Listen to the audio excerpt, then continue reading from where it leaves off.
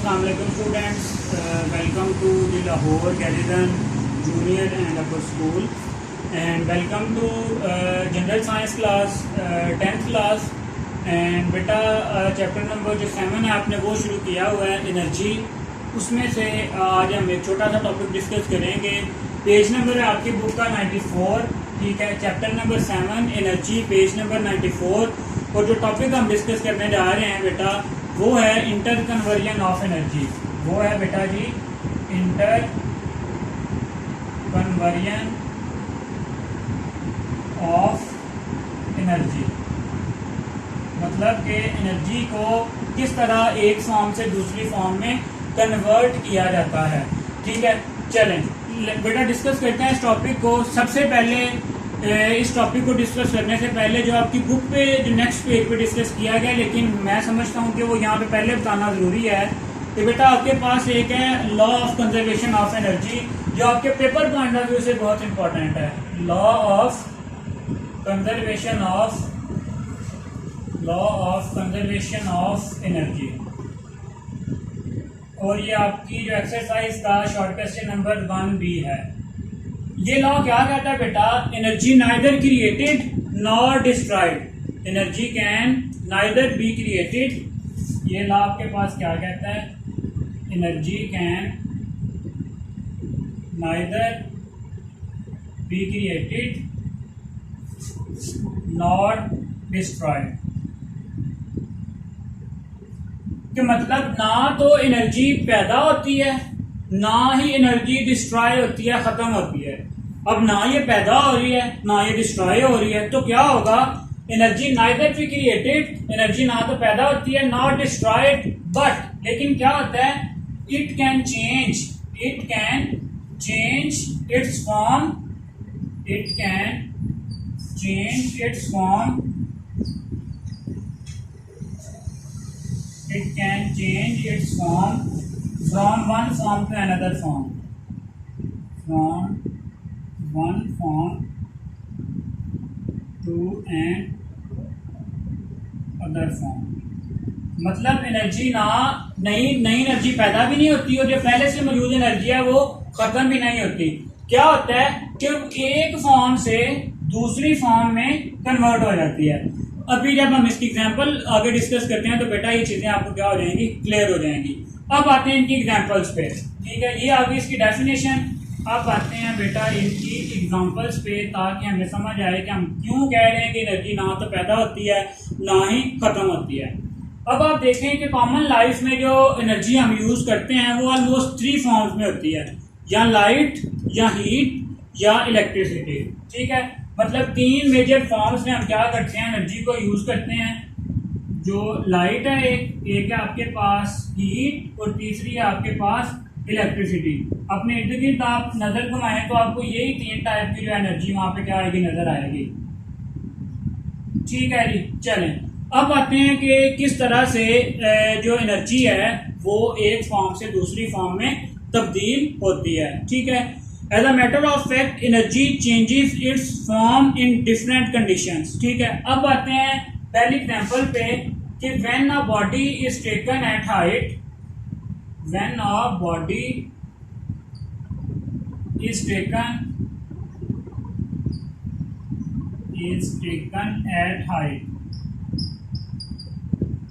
जब हम एक बॉडी को हाइट पे लेके जाते हैं तो क्या होता है, the gravitational potential energy stored in it. कौन सी energy, gravitational potential energy stored in it, ठीक है। अब ये हमारे पास फॉर एग्जांपल एक बॉल था, यहाँ पे पड़ा था, हमने क्या किया है, इसको उठा के हम ले गए यहाँ पे, ठीक है। इस वाले बॉल को हम उठा के ले गए हैं यहाँ पे। अब इसमें कौन सी एनर्जी स्टोर्ड है, ग्रेविटेशनल पोटेंशियल एनर्जी, ठीक है। अब देखें हमने इस पे कुछ ना कुछ वर्क किया है, जिस वजह से इस पे कोई ना कोई हमने फोर्स लगाई है, कोई ना कोई एनर्जी लगाई है, जो एनर्जी किसमें कन्वर्ट हो गई है, ग्रेविटेशनल पोटेंशियल एनर्जी में। अब अगर हम इसी जो बॉल है इसको ड्रॉप करें, यही वाला अगर बॉल, अब हम क्या करें इसको, फॉर एग्जांपल यहाँ पे ये बॉल था, इसको हमने क्या किया, ड्रॉप किया यहाँ से नीचे की तरफ, तो क्या होगा कि वही जो आपके पास ग्रेविटेशनल पोटेंशियल एनर्जी थी वो काइनेटिक एनर्जी में चेंज हो जाएगी, बॉल यहाँ पे आ जाएगा।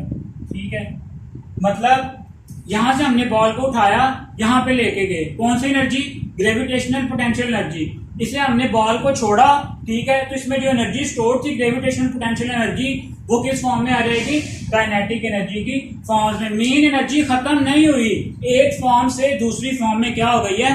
कन्वर्ट हो गई है। ठीक है, तो एक जो हम किसी बॉडी को हाइट पे लेके जाते हैं, उसमें जो ग्रेविटेशनल पोटेंशियल एनर्जी जब हम उसे ड्रॉप करते हैं वो काइनेटिक एनर्जी में कन्वर्ट हो जाती है। ठीक है, अब आते हैं इनकी फर्दर एग्जांपल्स पे कि किस तरह से जो है इसकी हमारी कॉमन लाइफ में कौन कौन सी एग्जांपल्स हैं। तो वो बेटा अब देखते हैं। जो नेक्स्ट एग्जांपल है आपके पास वो है सेल्स एंड बैटरी। अब डिफरेंट जो रिमोट में सेल डालते हो या बैटरीज यूज करते हो, सेल एंड बैटरी। इसमें बेटा क्या होता है कि डिफरेंट जो केमिकल रिएक्शंस हैं वो टेक प्लेस हो रहे होते हैं। ठीक है, the chemical reaction in cell and batteries convert chemical energy into electrical energy. अब ये जो सेल और बैटरी होता है इसमें कौन सी एनर्जी होती है? केमिकल एनर्जी स्टोर्ड होती है बेटा। कौन सी एनर्जी स्टोर्ड होती है? केमिकल एनर्जी स्टोर्ड होती है। लेकिन जैसे ही हम उसे कनेक्ट करते हैं किसी डिवाइस के साथ तो क्या होता है? यही जो केमिकल एनर्जी है ये किस एनर्जी में कन्वर्ट हो जाती है? इलेक्ट्रिकल एनर्जी में। इसमें कन्वर्ट हो जाती है इलेक्ट्रिकल एनर्जी में। क्लियर हो गया? इसी तरह से जो एक और एग्जांपल है हमारे पास वो है इलेक्ट्रिक बल्ब की। वो किसकी है बेटा जी? इलेक्ट्रिक बल्ब की। अब क्या करते हैं, हम बल्ब को देते हैं कौन सी एनर्जी? Electrical energy. कौन सी एनर्जी देते हैं? इलेक्ट्रिकल एनर्जी देते हैं बेटा बल्ब को। तो क्या होता है? बल्ब रोशन हो जाता है। ठीक है, it emits light and heat. जब उसके टंगस्टन फिलामेंट में से जब ये इलेक्ट्रिसिटी पास करती है बेटा तो क्या होता है आपके पास? It emits light and heat. आपको पता है कि जो बल्ब है वो क्या हो जाता है? गर्म भी हो जाता है। सो दो तरह की एनर्जी निकल रही है, लाइट भी निकल रही है और हीट भी निकल रही है। सो ये वाली जो इलेक्ट्रिकल एनर्जी थी ये खत्म नहीं हुई है, कन्वर्ट हो गई है किसमें? लाइट एनर्जी में एंड दी हीट एनर्जी में। क्लियर हो गया? इसी तरह से बेटा जो नेक्स्ट एग्जांपल है आपके पास वो है फूड की। जो बेटा हम फूड खाते हैं, जो हम क्या करते हैं, कोई भी खुराक खाते हैं उसमें केमिकल पोटेंशियल एनर्जी होती है। ठीक है, कौन सी एनर्जी होती है फूड में? फूड में कौन सी एनर्जी होती है? केमिकल पोटेंशियल एनर्जी होती है। तो जैसे ही बेटा हमारी बॉडी में डिफरेंट केमिकल रिएक्शंस होते हैं तो वो जो एनर्जी है वो किसमें कन्वर्ट हो जाती है? अगर हमारी बॉडी में हमने टेम्परेचर को मेंटेन रखना है तो वही जो एनर्जी है वो किसमें कन्वर्ट हो जाएगी? हीट में कन्वर्ट हो जाएगी। इसी तरह से बेटा अगर जो ब्लड फ्लो के दौरान वही जो एनर्जी है वो काइनेटिक एनर्जी में कन्वर्ट हो जाएगी, क्योंकि ब्लड ने क्या करना होता है? मूव करना होता है। तो ब्लड के लिए वो काइनेटिक एनर्जी में मूव हो जाएगी। इसी तरह से अगर हम फर्दर देखें तो यही जो पोटेंशियल एनर्जी है ये इलेक्ट्रिकल एनर्जी में भी चेंज होती है बॉडी में। ठीक है, हमारी बॉडी में बेटा नर्व इम्पल्सेस होती हैं। ठीक है, वो नर्व इम्पल्स की ट्रांसमिशन के लिए बेटा इलेक्ट्रिकल एनर्जी में तब्दील हो जाती है। नर्व इम्पल्स ट्रांसमिशन के लिए यही जो आपके पास केमिकल पोटेंशियल एनर्जी है, अब ये देखिए कितनी फॉर्म्स में कन्वर्ट हो रही है। ये खत्म नहीं हो रही, क्या हो रही है? चेंज हो रही है। कभी टेम्परेचर में, कभी काइनेटिक एनर्जी में, कभी इलेक्ट्रिकल एनर्जी में ये क्या हो रही है? चेंज हो रही है। तो बेटा जितनी भी हमने एग्जांपल्स यहाँ पे डिस्कस की हैं इससे हम कंक्लूड क्या करते हैं कि जितनी भी आपके पास एनर्जी है वो डिस्ट्रॉय नहीं होती, वो एक फॉर्म से दूसरी फॉर्म में क्या हो जाती है? कन्वर्ट हो जाती है। आपकी बुक में लास्ट जो पैराग्राफ है बेटा उसमें मेंशन किया गया है कि अगर हमारे पास एक ऐसा सिस्टम हो जिसमें से एनर्जी कहीं भी हम जो रिलीज खत्म ना हो सके, ना उसमें कहीं से कोई एनर्जी एंटर हो, ना ही वहां से कोई एनर्जी क्या हो? खारिज हो, तो क्या होगा? अल्टीमेटली उसमें एनर्जी जितनी भी होगी वो क्या रहेगी? थ्रू आउट द टाइम क्या रहेगी?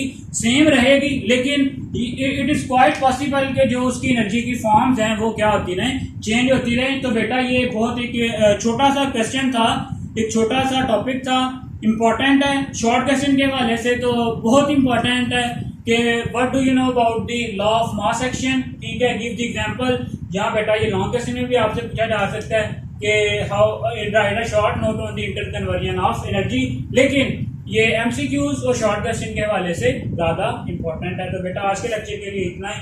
अल्लाह हाफ़िज़।